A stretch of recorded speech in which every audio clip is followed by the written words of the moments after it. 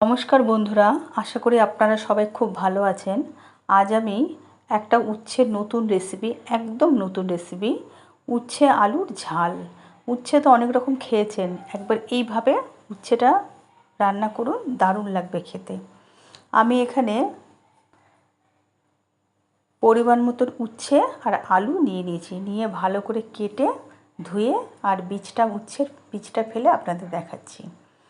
এবার উচ্ছের মশলাটা করতে আমি যা লাগবে, আমার একটা পেঁয়াজ, এক টুকরো আদা, 4-5 টুকরো রসুন, 2টো কাঁচা লঙ্কা, অর্ধেক টমেটো, একটুখানি জল দিয়ে মিক্সিতে খুব ভালো করে পেস্ট করে নিতে হবে। দেখুন এইভাবে আপনারা পেস্ট করে নেবেন।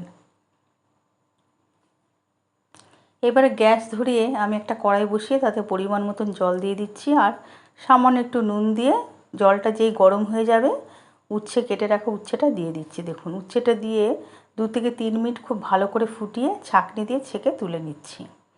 উচ্ছেটা নামিয়ে গ্যাসে আর একটা কড়াই বসিয়ে দিচ্ছি। কড়াই বসিয়ে সাদা তেল দিয়ে দিচ্ছি পরিমাণ মতন, 5 ফোড়ন আর তেজপাতা ফোড়ন দিয়ে আলুটা দিয়ে দিচ্ছি। তাতে নুন হলুদ পরিমাণ মতন দিয়ে একটু ভালো করে ভেজে নিচ্ছি 2 থেকে 3 মিনিট।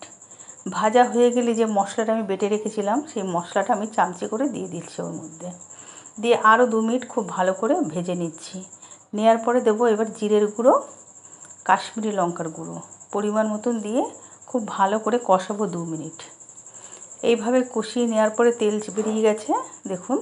এবার আমি সেদ্ধ করা উচ্ছেটা দিয়ে দিচ্ছি। উচ্ছেটা দিয়ে আরও 2 থেকে 3 মিনিট ভালো করে কষিয়ে নিচ্ছি। কষিয়ে নিয়ে এবার আমি ওর মধ্যে খুব অল্প পরিমাণে জল দেব, যেহেতু উচ্ছের ঝালটা একটু মাখা মাখা হবে। এইভাবে অল্প একটু জল দিয়ে আমি 5 মিনিটের জন্য ঢেকে দেবো। 5 মিনিট পরে আমি ঢাকনি তুলে আপনাদের দেখাচ্ছি। দেখুন অল্প অল্প ঝোল আছে, এই ঝোলটাও চলে যাবে। এবারে আমি সামান্য একটু পরিমাণে চিনি দিয়ে দেবো। চিনিটা না দিলে নিরামিষ তরকারির ব্যালেন্সটা ঠিক থাকে না।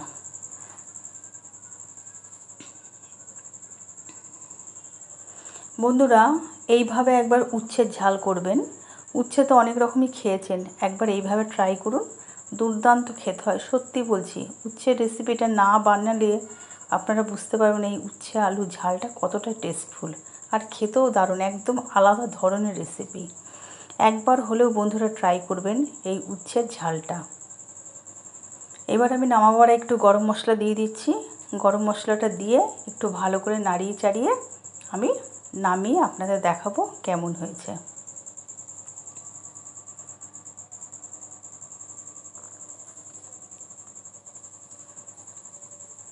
এইভাবে একবার বন্ধুরা বাড়িতে ট্রাই করবেন, আর ভালো লাগলে অবশ্যই আমাকে জানাবেন কেমন হয়েছে।